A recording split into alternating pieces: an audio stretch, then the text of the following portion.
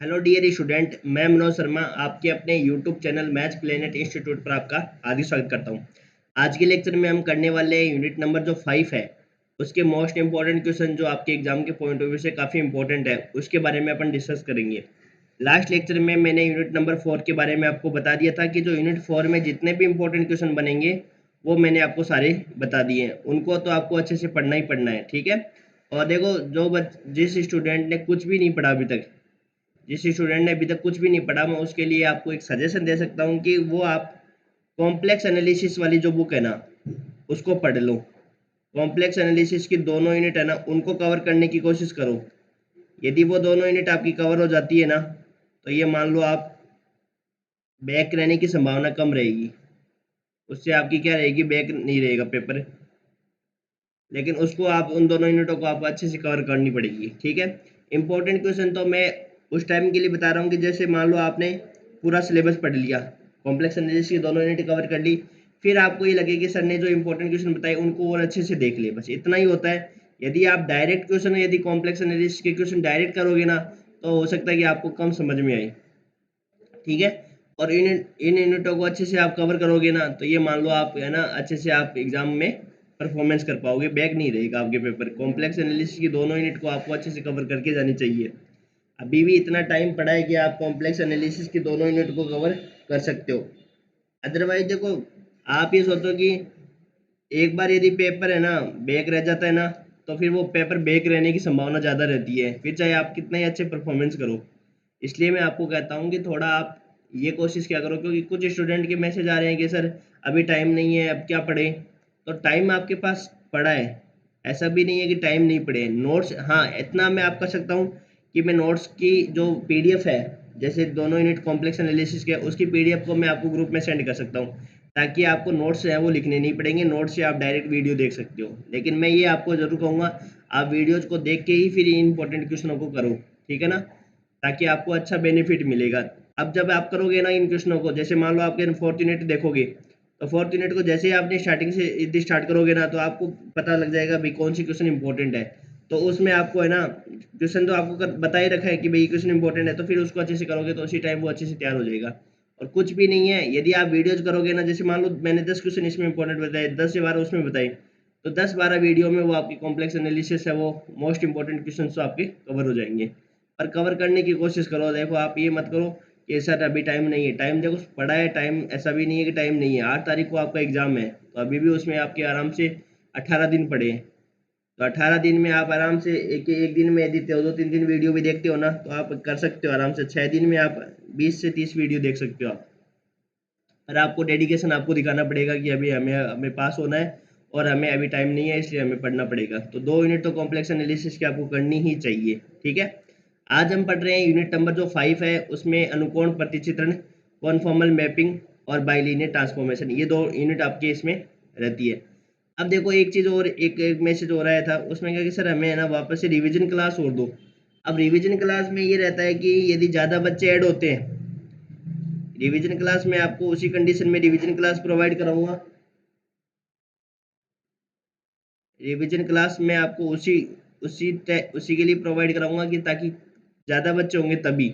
Otherwise देखो, उन्हीं चीज़ों को जो मैंने वीडियो में करवा दिया उसी को मैं यदि वापस समझाऊंगा तो फिर उसमें आपका भी टाइम वेस्ट होएगा और दूसरे बच्चे भी इसमें है ना प्रॉब्लम होगा उनको भी। क्यों? क्योंकि वो कहेंगे सर क्या पता दूसरी है, वो नई चीज़ें करवा रहे होंगे। नहीं, इसलिए मैं ये आपको सजेशन दूंगा कि आप उन वीडियोज़ को देख लो, उन वीडियो से आपका कवर हो जाएगा। अब एक बात बताओ, जैसे मान लो equation F Z equal to जैसे जेड बार है, किसी भी पॉइंट पर डिफरेंशिएबल नहीं है। जैसे मान लो इस क्वेश्चन को मैंने उठाया और करवाया, तो ये क्वेश्चन तो मैंने करवा रखा है ऑलरेडी पहले से ही उसी वीडियो में। आप उन्हीं क्लासों को देख लो ना। हाँ, रिवीजन क्लास में आप ये कर सकते हो कि भाई जो मैंने इंपॉर्टेंट क्वेश्चन बताए उन क्वेश्चनों को आप है ना वीडियो से निकाल के आप यहाँ से देख लो, बस ये रिवीजन क्लास हो जाएगी। अब मैं आपका टाइम वेस्ट नहीं करना चाहता हूँ, क्योंकि उसमें है ना नए जो पढ़े हुए बच्चे होते हैं ना, जो जिसने पढ़ा है उसका टाइम वेस्ट होता है। क्योंकि वही है, देखो ये क्वेश्चन मैंने करवा रखे हैं, यही मैं वापस से लेके बैठूँ तो आपका टाइम वेस्ट होगा। और जो जिन्होंने पढ़ रखा है वो भी सोच रखे होंगे सर ने क्या पता क्या इंपॉर्टेंट करवाया होगा, हम भी देख लेते क्लास, तो उनका भी टाइम वेस्ट होगा। इसलिए मैं चाहता हूँ कि आपको जो इंपॉर्टेंट क्वेश्चन बताए वो आप उन वीडियो से निकालो, उनके वीडियोज निकाल लो क्वेश्चनों को और इनको कवर कर लो। तो आप ऐसा कर सकते हो। ठीक है। तो अब यूनिट नंबर अपन 5 कर रहे हैं। यूनिट नंबर 5 में अपने पास क्या है, दो टॉपिक है, उसमें दो यूनिट है इंक्लूडेड। एक तो एक अनुकोण प्रतिचित्रण कॉन्फॉर्मल मैपिंग और एक है द्विरेखिक रूपांतरण बाइलिनियर ट्रांसफॉर्मेशन। तो सबसे पहले तो अनुकोण प्रतिचित्रण में तो आपके दो क्वेश्चन ये बनते हैं कि जो W बराबर एफ जेड, ये अनुकोण प्रतिचित्रण के लिए आवश्यक प्रतिबंध होता है। आवश्यक और पर्याप्त प्रतिबंध है, दोनों के एग्जाम में क्वेश्चन पूछे हुए हैं। एक तो आवश्यक प्रतिबंध नेसेसरी कंडीशन और एक आपके आता है सफिशिएंट कंडीशन। एक तो नेसेसरी कंडीशन, एक आती है आपकी सफिशिएंट कंडीशन। ये दोनों ही कंडीशन है वो इम्पोर्टेंट होती है। ठीक है। W equal to F Z के लिए जो अपने पास कॉन्फॉर्मल होने के लिए W इक्वल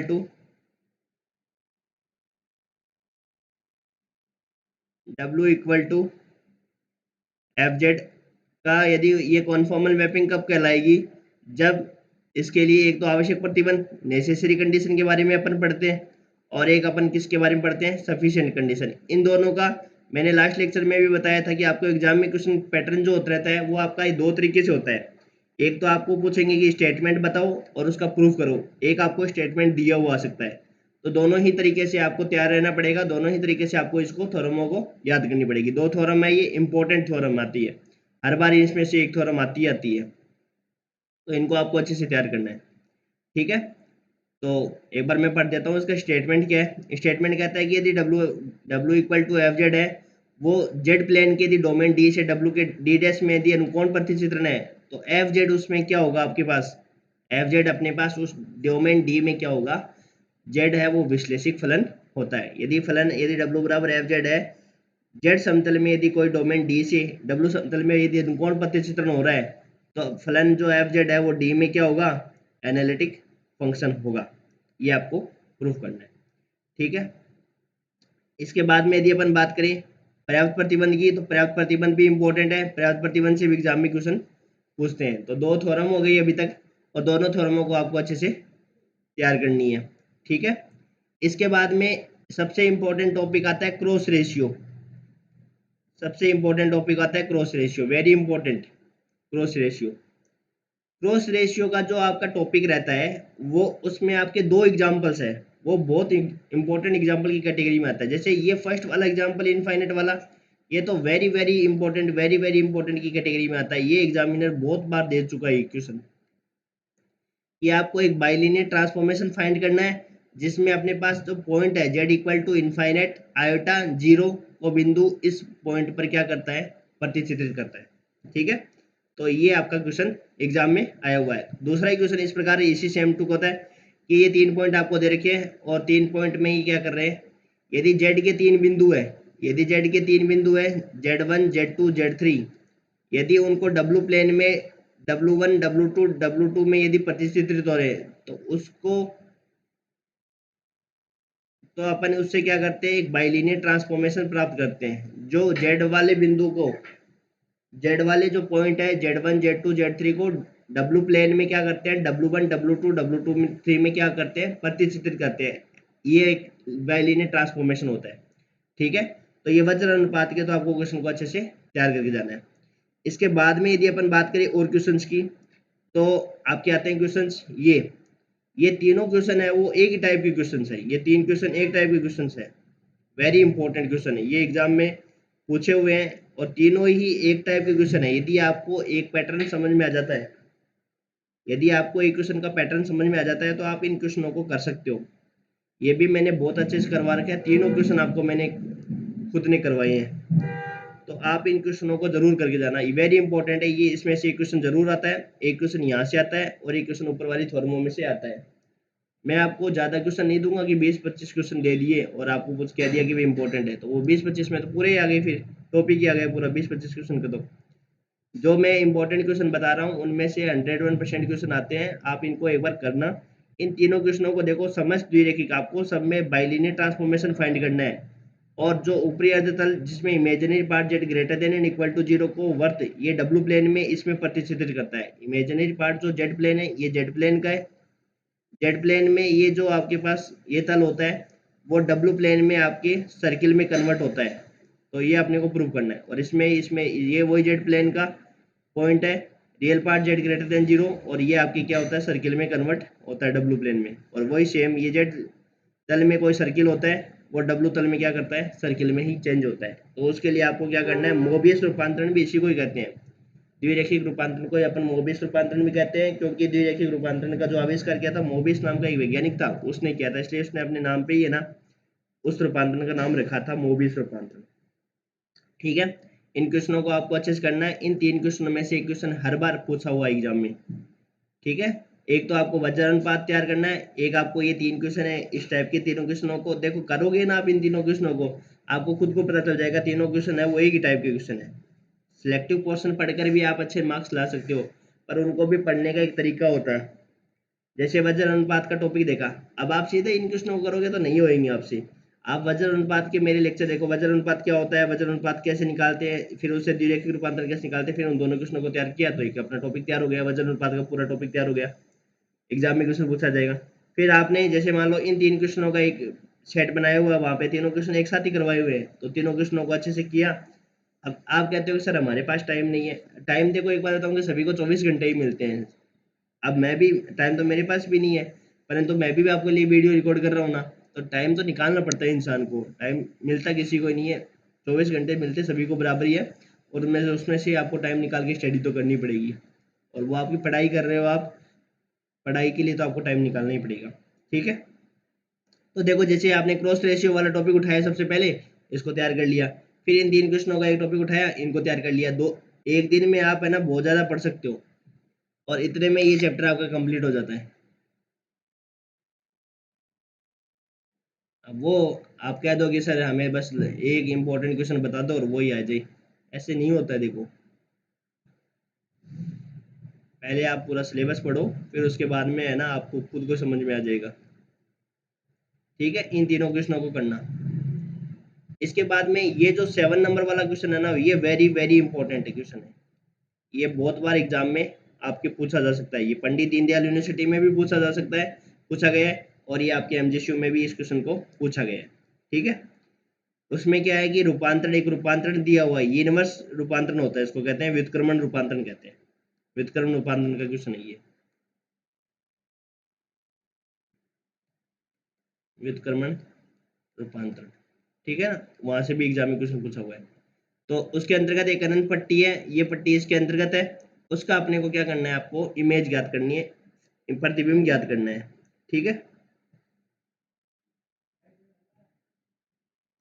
फिर इसके बाद में क्वेश्चन संख्या 8 है, ये वाला z इक्वल टू आपने को एक रूपांतरण दे रखा है, और आपको ये निकालना है कि प्रदर्शित कीजिए कि डब्लू समतल का जो धन अर्धतल है v इज ग्रेटर देन 0, उसके समवर्ती, उसके समान ही z समतल में क्या एक सर्किल है। तो ये इस प्रकार की क्वेश्चन है। फिर सिद्ध कीजिए कि रूपांतरण एक w बराबर z-1 z+1, ये वर्त है, और वर्त को ये किस में कन्वर्ट कर रहा है, जेड प्लेन में, real part of Z greater than equal to 0। ठीक है, फिर इसके बाद में जो अपना 10वां क्वेश्चन है, ये आपका निश्चित बिंदु का, ये क्वेश्चन भी वेरी इंपॉर्टेंट है छोटा सा क्वेश्चन ये। इसमें क्या करते हैं, सबसे पहले डब्ल्यू के इक्वल जेड मानते हैं, और फिर अपन इससे पॉइंट निकालते हैं। यदि दोनों पॉइंट डिफरेंट डिफरेंट आते हैं तो उसका सामान्य रूप लिखने का अलग तरीका होता है, यदि समान आते हैं तो उनका सामान्य रूप लिखने का तरीका अलग होता है। ये वेरी इंपॉर्टेंट है, छोटा सा क्वेश्चन है ये तो।